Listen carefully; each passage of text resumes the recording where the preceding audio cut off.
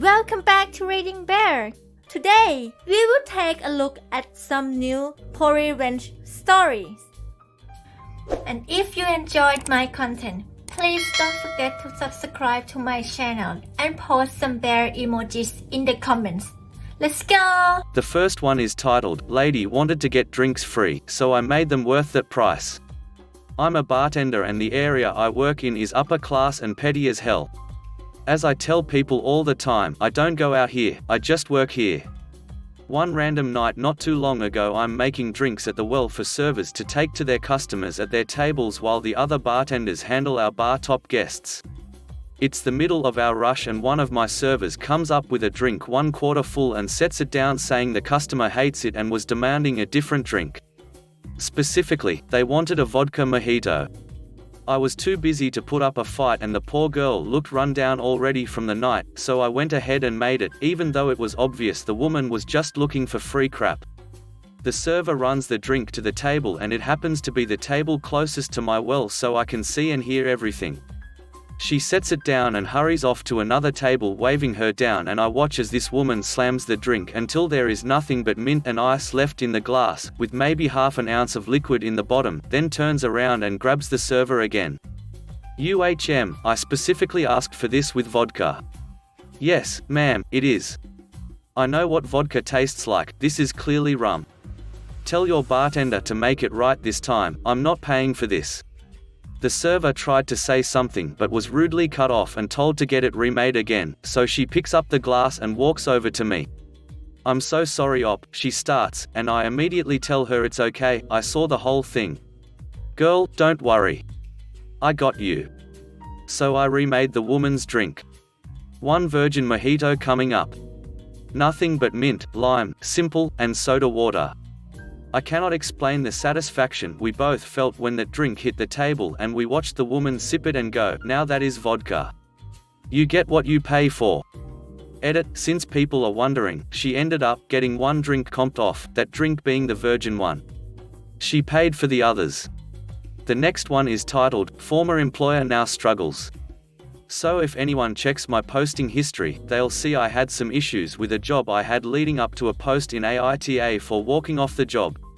While I would like to get to the real meat, no good story is complete without some backstory and how all this karma came back to them eventually. I worked at a fast food place, let's call them burrito place, since this place specialized in Tex-Mex and sometimes other things. It was an exciting start to a job, my training went okay on food. I was sadly slow and while accurate I really just couldn't keep up the pace, so they put me in a window and after a baptism of fire, I was never taken out of the window because I had a real knack for it, and this translated well for when I helped open a new location. I worked long hours, covered shifts and even had a deal with the devil system where I'd work double shifts, morning, afternoon, into closing, but my shift the next day was forfeited, since covering a first or second shift is easier. I would say the beginning of the end showed its ugly would be when tonsillectomy happened. Which if anyone wants some advice, I got some tricks I learned. After such a painful recovery I went back to work, making sure a week before so that I either not work drive-through window, or I at least not made to take orders since my throat was still gonna be prone to drying up. These pleas went unheard of and after serious pain from issue I predicted, I had upset them when I walked away from job after 10 minutes of begging for a chance to drink something. While this meant someone had to immediately jump into my spot, I wasn't given anything close to a warning, thankfully. Things got rougher when COVID eventually started and a few people quit, and we were in rough shape already, and while we kept getting applicants it was only ever minors so they couldn't work the first or closing shifts. My boss even told me he hired everyone who walked in the door, so that wasn't a good sign. So now my store was staffed with a bunch of kids, which is fine, I trained some on being good customer service people and got along with them. My breaks had become non-existent and only smokers got breaks. Hell, one time I came to work and while the place was open, both the opening manager and the only other employee were both outside and smoking, and with the building locked, they refused to let me in until they were done or a customer came in to drive-through. Yes, my employer kept drive-through open during all of COVID, and now the lobby is open. The real ending was set in stone when I pinched my sciatic nerve one day before work. I couldn't stand and had to call in for the third time in 2 3/4 years. Went to med service because at the height of COVID, my doctor's office was slammed. Got my doctor's note and turned it in, and the manager who took the note quit without notice, and I was in trouble the next day until the paper was found because it was misplaced. And funny enough, I had a regular day off at the end of the 3-day letter saying I needed to be off, so he only made it 2 days, and they tried to guilt trip into coming in on my regular day off because the note only says 2 days. I refused to, no repercussions. So with my back in bad shape, the end came months later when I pinched the sciatic nerve again, at work. I struggled to stand and was just unable to move around. All managers had noticed this but didn't care, and after 3 hours when they tried to put me on a break after having given everyone else one, I quit. I told a coworker I was done, and got my sister to come get me and take me home. So I work at a new place and it's going well. A lot of my regulars and beloved customers come to this new place, which gives me some access to some of my gossip network, to which revealed that the only other non-minor cashier finished her last 2 days after I quit and left, leaving the customer service an absolute mess, and that the restaurant now closes at various and random hours due to the lack of staff, especially service members who can do 3 jobs at once. I found out the next day through a friendly coworker that the opening manager was complaining about how hard it was to just stand in one spot all day. Funny. I was asked by my boss's boss if I'd be coming back. I said I'd decide and that I would. But my boss declined, saying I'd only show insubordination would be tolerated, despite rehiring someone who NS for 3 days in a row because we were desperate. I knew my boss didn't pull all the crap he thought he could with me because I liked legal stories and was versed in local laws, so he took this opportunity to get rid of his best employee, who was also his biggest obstacle. The next one is titled, "I don't care how long you've been alone, just keep it down at 3 a.m. So I'm not sure where to start. We've been neighbors for probably over 2 years. I'm in my 30s, she's in her 50s. We're in townhomes, I own an end unit, and she rents next door to me. We have a fantastic neighbor-to-neighbor relationship. I cut her lawn without asking anything, I clean her gutters, I help her move furniture in and out of her house, and we exchange meals we cooked. She has even called me on her way home because a homeless man would stand on the side of the road 2 miles from our house, and she was worried he was tracking cars to see when certain people would be home. She called me when Comcast was parked behind our homes because she was worried the Comcast guy was up to something. There are over 100 townhomes, condos within a mile radius, not to mention 2 large apartment complexes adjacent to us. I have never had a noise issue, even chatted with my previous neighbor about how well the walls were insulated because we both knew we were loud at times and neither of us ever heard the other. Neither of us have another person in our life until she has a boyfriend that is over frequently. Suddenly music is thumping my walls at 2 a.m. I love loud music, but dear God, you need to think of other people trying to sleep at a normal time. I ask her if she hears the loud music. The next morning I get a response. Lol, sorry, sex music. 3 to 4 more times I ask her to turn it down when it's in the middle of the night. Suddenly she snaps. Overnight she tells me multiple reasons why her music is not the problem. You just need to get laid. My speakers are too small to do that. I wasn't home. I can always hear your music. Well, your dogs bark. We both have dogs that bark, you know, that's something dogs do. She's also trained my dogs to bark and howl by barking and howling at them over the fence and tossing them treats. By this point I stopped responding to her as she is being childish and petty. Finally she says something along the lines, "I've been alone for so long I would keep my mouth shut rather than nag my neighbor about their music." Then I got the message, my boyfriend is a Green Beret and will be home in a week. Have fun with that. Lol, okay. I'm still not sure if that was a threat or not. 2 days later he's at her house and the music is going again, but this time louder because you know by now she's a petty witch. Look lady, I tried being civil with you and asking you nicely, and after all that I've helped you with. So at this point I'm done asking her, I just want a police report that she was asked to turn it down. So police show up, doesn't take long, music is turned down immediately. I just want the report. The next morning she and her boyfriend are packing his truck with bags, then packing her truck with bags. Few hours later they're gone. Haven't heard from her since. Not even pro-revenge in my book, but I'm so giddy she left town after police got involved.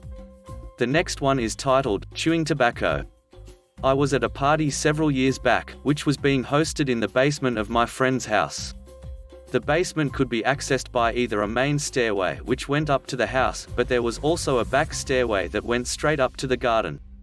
Most of the people there weren't smokers, but even the ones that were could not be bothered with this one guy who insisted on lighting up in this fairly confined space.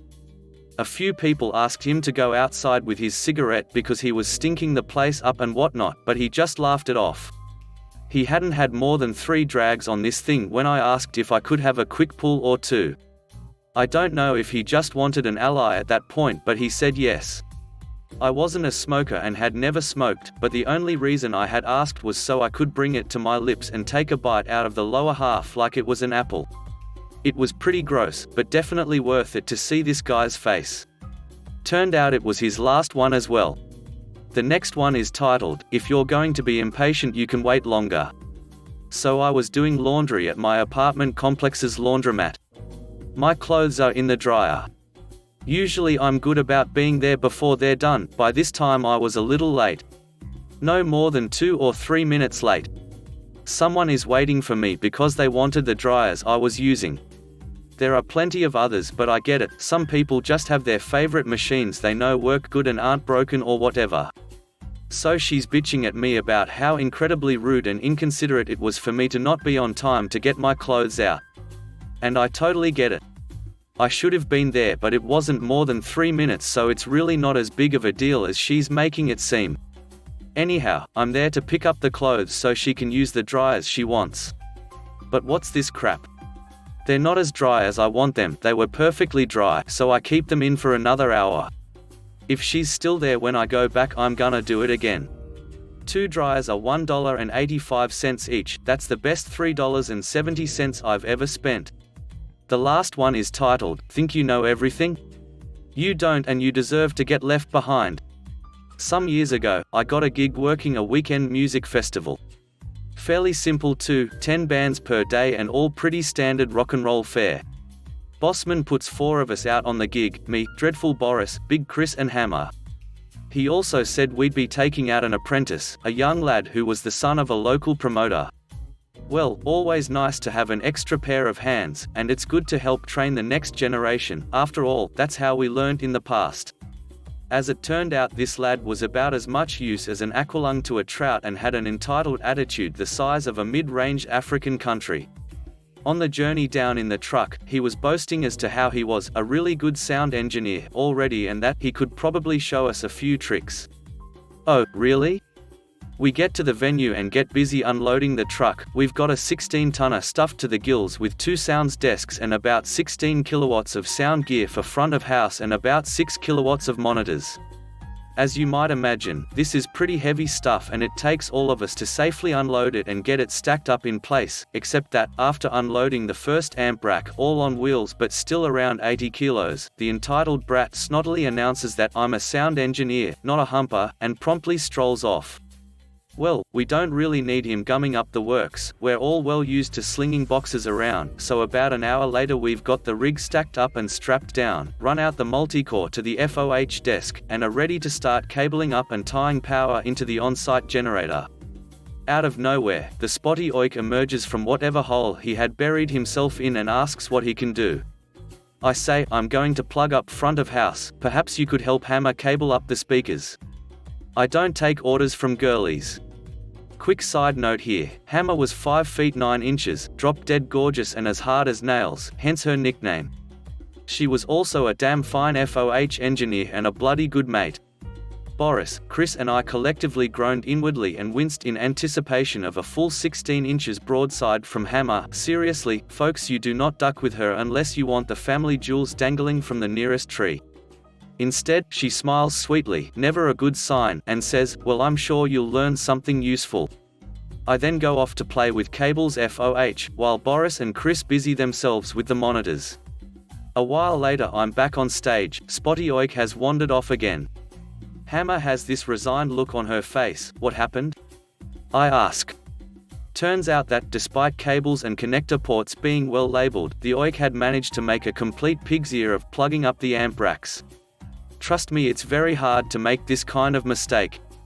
I found the OIC some moments later and told him that it was not the proper way of doing things and that if he wasn't sure what to do that he should always ask one of us beforehand.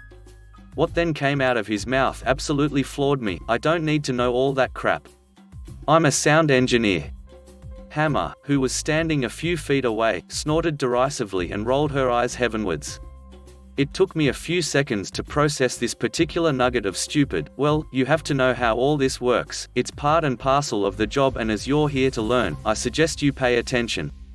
Well, you're just a bunch of roadies, what do you know? Upon delivering this charming bon mot, he ambles off again, leaving me to retrieve my jaw from off the deck and Hammer barely able to restrain a fit of laughter that would have incapacitated a rhino. At a guess, this idiot thought he was going to be white gloving front of house for the whole gig. An hour or so later, we're all set up, and we now have a fair idea of the acts that are going to be performing. In situations like this, you rarely get the opportunity of a full-blown sound check, so you have to rely on experience to set the desk up from cold. Luckily we got the first act on stage a half hour before the kick-off, so I could quickly get a rough sense of the overall setup. A bit of exposition. It's convenient to reuse channels across acts, so I generally keep the first 20 or so channels for drums, bass and guitars, and the last half dozen or so channels for vocals. If a band comes in with anything else, percussion, brass, Tibetan nose flutes, etc., we whack them on channels in the middle. Keeps things nice, simple and consistent across the board, and becomes important in a moment. The working procedure in show is also simple. Dreadful Boris and Big Chris run the monitor desk, and Hammer and I run front of house.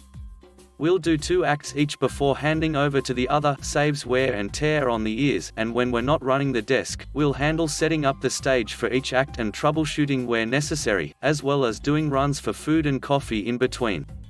We also tasked the spotty OIC with helping with the stage setups, which rapidly proved problematic. We finished the first act and aimed to do the turnover within 15 minutes. Generally, the incoming act will tell us their mic requirements and we'll write up a mic plot which then gets sent up to the front of house desk. Up comes Spotty OIC with the mic plot and he goes back to help with the stage setup. As I'm checking each mic, I notice that I cannot hear the vocal channels. No sooner had I spotted this than Dreadful Boris comes on the intercom and asks me if I can hear the vocal channels. He can't hear them either. He then goes off to check the stage box where all the MICs are plugged into. From all the way out front, I hear him shout, "Duck me." Seconds later he's back on the cans. Do you know what that ducking idiot has done? Only repatched all the vocal channels so that all the plugs on the stage box are lined up neatly one after the other. His words. Ye gods. Boris rapidly repatches the MICs and we're good to go again. A few hours later and I'm starting my second shift out front. I won't bore you with my experiences of riding herd on Spotty OIC on the stage shift, which, shall we say, was interesting. Currently on stage is a rather nice jazz septet. I love doing jazz. Give me a nice 20-piece big band and I'm a happy bunny. Up strolls he who shall not be mentioned and asks, when can I have a go at mixing? I'm really good, you know. Seeing as he's here to learn, I tell him he can take the next act under my supervision. This happened to be an acoustic duo, 2 guitars and 2 vocals. Even the most tyro engineer should be able to handle something so simple, right? Wrong. I've already set what I regarded as a sensible baseline on the faders for him to work with. The first thing he does, he reaches for the master faders and cranks in another 15 decibels. No. Immediately the rig teeters on the edge of feedback and I rapidly pull the mains back. Look and listen, balance out the 2 vocals, then the guitars, leave the mains alone. He then starts making wildly inappropriate changes to the channel's EQ. Again the rig starts to squeak. Okay, enough. I shove him out of the way and bring it back under control. I won't fatigue you further with the endless catalogue of foul-ups and attitude that he managed to effect over the rest of the weekend. Suffice it to say that despite the best efforts of myself and Hammer to try and teach this guy, they all went to naught. Couple this with the constant drip drip drip of snide commentary about how he was really a better engineer than the rest of us, and by the end of the weekend, we're all pretty upset. Come to the end of the event and it's now the fun part of striking the rig and loading out. I'm being sarcastic about the fun part, by the way. 2 solid days and we're all knackered, and the last thing we want to be doing is the get out, but, of course, it has to be done. It's always an all-hands-on-deck situation, except the spotty oik has, once again, vanished into the woodwork. 2 back-breaking hours later and we're all done, and the truck loaded to go home. So where is the spotty oik? Nowhere. We give it a good 15 minutes, but no joy. We then decide to go look for him, so we spent another 20 minutes trolling around the site trying to find him. Again, he's done a disappearing act. We get back to the truck, it's now close to 3 AM, and almost simultaneously we say, "Duck him." We climb back aboard and drive the 250 miles back to the warehouse to unload. Next afternoon, Bossman calls me to find out why we'd left the spotty oik behind. I gave him the cliff notes and was then told that the oik had had to call his dad at 3 in the morning to come and get him a 500-mile round trip. He then said, "I never liked that promoter anyway. He was always late paying the bill on previous gigs. Next time he calls wanting a rig and crew, I think I'll tell him to duck off." Thanks for listening.